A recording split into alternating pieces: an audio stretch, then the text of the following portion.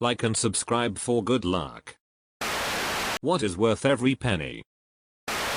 A really comfortable desk chair.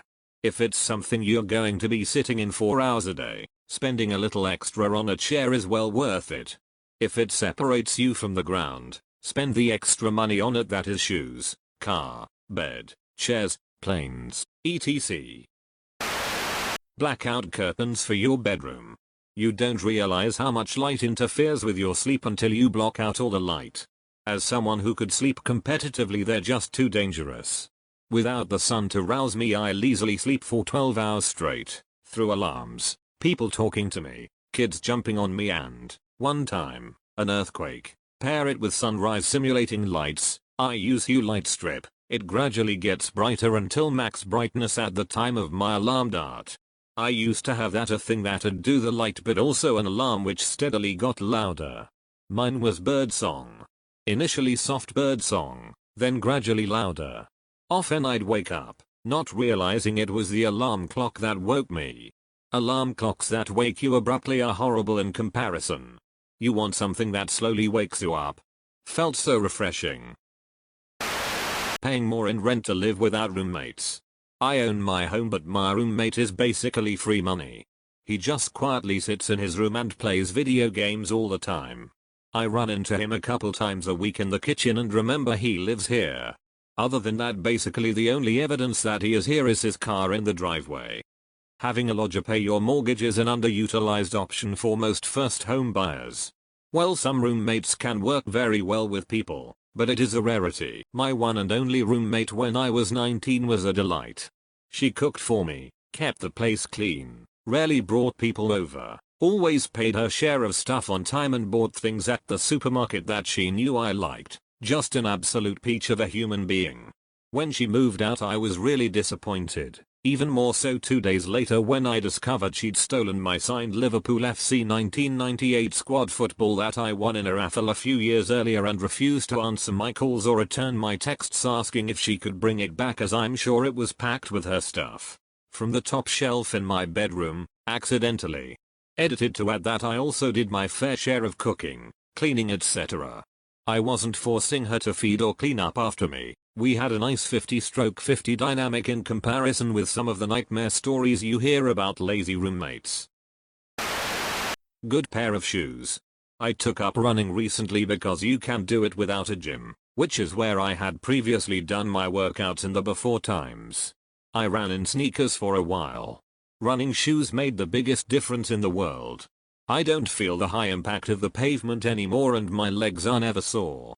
And on the website where I bought them, they had you do little exercises and observations of your walking to tell you which type of running shoes were best.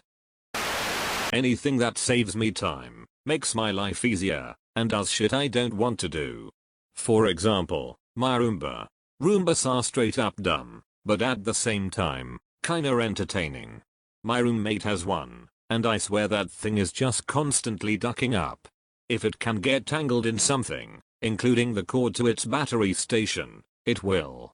At least once a day, that Roomba will roll into the living room dragging God knows what with it. Dog leashes, phone chargers, underwear.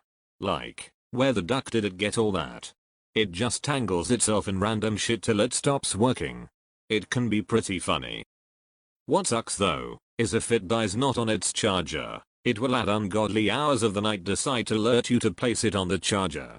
Like the thing had to have been sitting there for hours, but for some reason at 3 AM, it thinks it's a great time to alert you to charge it. And it's not an alarm or anything, no, it's like a woman's voice that gives a 30-second speech about how and why you should charge it. It scares the shit out of you when it wakes you from a deep sleep. Like, who the duck is in my house. Thanks for listening to my Roomba talk. When I was about 10 years old, my parents and I were in our backyard clearing out a ton of weeds that had gotten out of hand. I had trouble focusing because our next door neighbor had this really adorable puppy and all I wanted to do was play with him. We found out that they were actually going to take him to an animal shelter because their son was not taking care of him like he promised. I decided to ask my parents if maybe we could get him instead. I was an only child and never really have anyone to play with unless a friend would come over, and the thought of having a puppy to play with whenever I wanted to was great. My parents agreed and our neighbors offered to sell him to us for $20, which is really cheap for a dog when you think about it, but a lot of money for a kid. I had that saved up and immediately agreed and promised I'd care for him and love him forever. So, he became my puppy and like a brother. After a few days of debating, I named him Snoopy. Snoopy became my closest friend. He made me laugh, played with me, and would just hang out and watch TV with me. He was always there for me, especially through some tough times in my life where I was extremely self-destructive. He saved me from myself. He was there at my side through tough breakups where all I ever wanted to do was lay in bed. He was an amazing friend.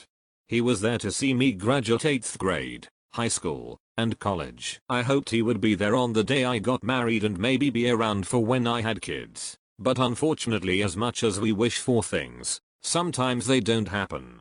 This is the first picture I have of us together and this is the last.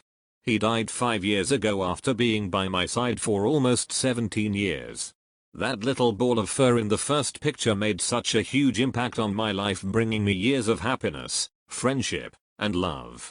Definitely the best purchase I have ever made and worth every penny and more. A good chef knife. I've been using mine for about 4 years now and it still keeps its edge. May cost $200 but it's worth it instead of having to buy one every year. Victorinox Fabrics is nothing to sneeze at, $32.90 for an 8 inches chef's on Amazon right now. That, plus a sharpening stone and a few tutorials is all anyone needs for a razor sharp kitchen knife that will last many years. Getting physically fit. It costs a lot in healthy food and gym memberships, but when you reach peak strength, endurance and can do simple tasks without dying of exhaustion, you will never regret a thing. Pizza. I've never one time regretted money I spent on a slice. That's not to say I haven't had a few bad slices in my day, but you know, bad pizza is still pizza, isn't it? I'm typically the type of guy who will always say that even bad pizza is still pretty okay, but then I had Utica pie. It's cold pizza with just sauce and a few shakes of canned Parmesan cheese. It's awful. Now is time to like and subscribe for good luck. See you again tomorrow.